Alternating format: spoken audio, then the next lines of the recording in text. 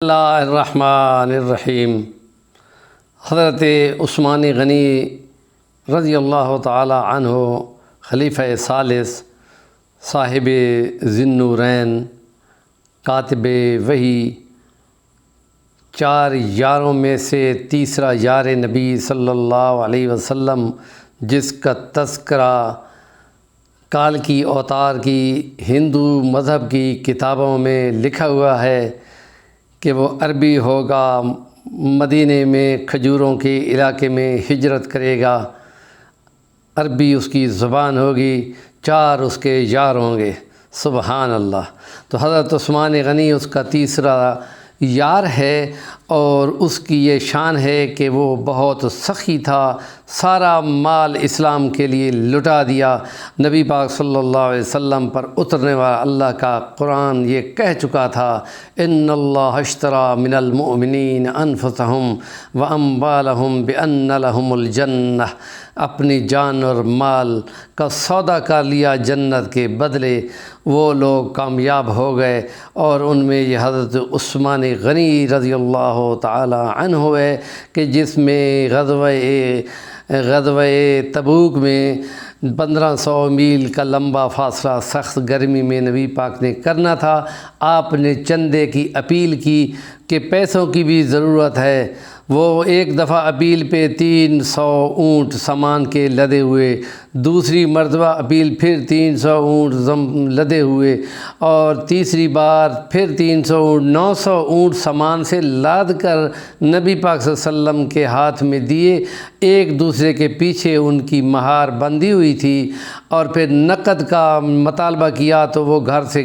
گئے بھاگ کے، اور سونے کے سکوں کی تھیلی 1000 دینار نبی پہ ہاتھ پہ رکھی، تو نبی پاک نے ہاتھوں سے اس کو اچھالنا شروع کیا، اور چہرہ آپ کا تمتما اٹھا، خوشی تھے۔ وہی نبی پاک صلی اللہ علیہ وسلم کے نزدیک کہ ہر نبی کا ایک رفیق ہوتا ہے جنت میں، اور میرا جنت میں رفیق عثمان ہوگا، اس لیے کہ یہ ان کی شان ہے کہ ان میں حیا کمال درجے کا کہ بس ہے کہ نبی پاک صلی اللہ علیہ وسلم کو ملنے کے لیے مختلف صحابہ وہ آتے رہے۔ نبی پاک صلی اللہ علیہ وسلم جیسے ٹانگیں پھیلا کے اور پیچھے تکیے پہ ٹیک لگا کے تشریف فرما تھے،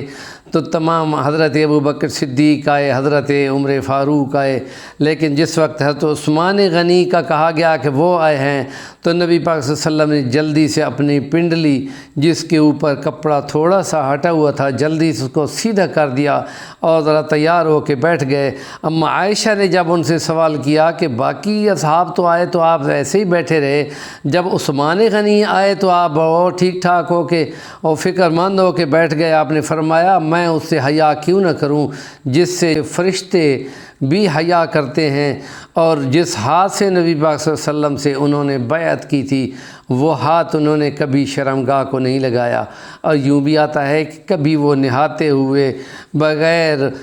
دھوتی باندھے نہیں نہاتے تھے، چاہے کہ وہ اکیلے حمام میں بھی نہا رہے ہوں، تو ان کے نزدیک تھا کہ شرمگاہ کو دیکھنے کا کوئی مطلب ہی نہیں ہے۔ تو یہ حیا کی کامل صفات ہیں جو ان میں اللہ پاک نے رکھی ہوئی تھیں، اور اسی نورانیت اور روحانیت کے کمال پر فیض ہونے کی وجہ سے اللہ پاک نے ان کے عقد میں نبی آخر الزمان صلی اللہ علیہ وسلم کی جگ کے بعد 2